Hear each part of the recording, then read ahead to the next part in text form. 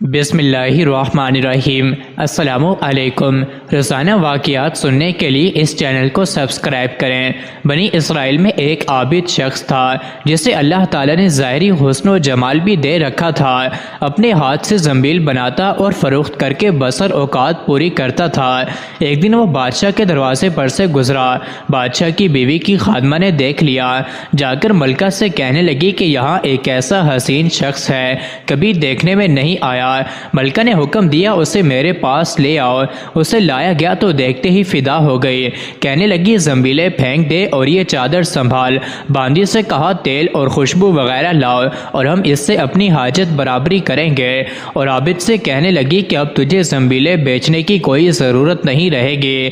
عابد بارہا انکار کرتا، بار بار انکار کرتا رہا تو ملکہ بولی کہ اگر تو یہ کام نہیں کرے گا تو یہاں سے جا نہیں پائے گا، اور دروازہ بند کرنے کا حکم دیا۔ عابد نے جب یہ صورتحال دیکھی تو بولا کہ محل کے اوپر کوئی ضرورت کی جگہ ہے؟ کہنے لگے ہاں۔ باندی کو حکم دیا کہ اس کے لیے پانی وغیرہ اوپر لے جاؤ۔ یہ اوپر چھت کے ایک کونے میں گیا، دیکھا کہ محل تو بہت اونچا ہے، کوئی ایسی چیز نہیں جس سے لٹک کر اتر جائے۔ آخر اپنے نفس کو خطاب اور عتاب کرنے لگا کہ تو 70 برس سے اپنے رب کریم کی رضا کا طلبگار ہوا ہے، رات دن اسی حرص میں گزرتے ہیں، تجھ پر ایک ایسی شام آئی ہے جو تمام محنت کو ضائع کر دے گی۔ اللہ تجھ سے بڑا کوئی خائن نہ ہوگا۔ اگر یہ شام تیرے عمل کو فاسد کر دے گی تو اللہ کو کیا منہ دکھائے گا؟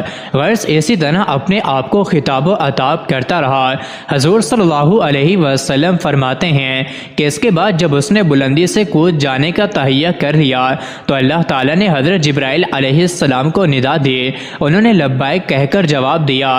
ارشاد ہوا میرا بندہ میری معصیت اور ناراضگی سے بچنے کے لیے جان کی بازی لگا رہا ہے، جا اپنے پروں سے اس کو تھام لے اور اسے ذرا بھی تکلیف نہ ہونے پائے۔ چنانچہ حضرت جبرائیل علیہ السلام نے اپنا ایک پر پھیلایا، اسے یوں پکڑ کر نیچے اتارا، فرمایا عابد یہاں سے سیدھا اپنے گھر گیا۔ زنبیلیں وغیرہ وہیں رہ گئی تھیں۔ بیوی کہنے لگی زنبیلوں کی قیمت کہاں ہے؟ کہنے لگا آج تو ان کا کچھ نہیں ملا۔ کہنے لگی پھر افطار کیسے کریں گے؟ عابد بولا آج کی رات تو یوں ہی ذرا صبر سے کاٹ لیں گے۔ پھر کہنے لگا اٹھ کر تندور میں آگ جلا دے، ہمسائے ہمارے تندور میں آگ نہیں دیکھیں گے تو نامعلوم کیا کچھ خیالات دوڑیں گے۔ بیوی نے اٹھ کر تندور میں آگ جلا دی، خود واپس آ کر بیٹھ گئی۔ ایک پڑوسن آگ لینے آئی، پوچھا تو جواب ملا کہ خود تندور سے لے لے۔ یہ عورت آگ لے کر واپس ہونے لگی تو گھر والوں سے کہنے لگی بہن تو یہاں بیٹھی باتیں کر رہی ہے اور ادھر تیری روٹیاں پک چکی ہیں بلکہ جلنے کو ہیں۔ عورت نے اٹھ کر دیکھا تو تندور بہترین روٹیوں سے بھرا پڑا تھا۔ عورت نے انہیں برتن میں رکھا اور خاوند کے پاس آ کر کہنے لگی تیرے ساتھ اللہ تعالیٰ کا یہ خوشحالی کا معاملہ تیرے بلند درجے کی وجہ سے ہی ہو سکتا ہے، لہٰذا تو اللہ سے دعا مانگ کے ہماری باقی کی زندگی خوشحال اور فراخی میں گزرے۔ عابد کہنے لگا کہ یہی حال اچھا ہے، لیکن عورت کا اصرار بڑھتا گیا، حتیٰ کہ عابد نے دعا مانگنے کی حامی بھر لی۔ آدھی رات کو اٹھ کر نماز پڑھی اور دعا مانگنے لگا کہ اللہ تعالیٰ میری بیوی کا تقاضا ہے کہ اس کی باقی عمر خوشحالی اور فراخی عطا فرما۔ اتنے میں چھت پھٹ پڑی اور یاقوت اور موتیوں سے بھری ہوئی تشتری نیچے آئی، جس سے تمام گھر چمک گیا۔ عابد نے بیوی کا پاؤں ہلایا کہ اٹھ جا اور جو مانگتی تھی سنبھال لے۔ عورت بیدار ہو کر کہنے لگی جلدی نہ کر، بس مقصد کے لیے تو نے نہ ہی جگایا ہوتا تو اچھا ہوتا۔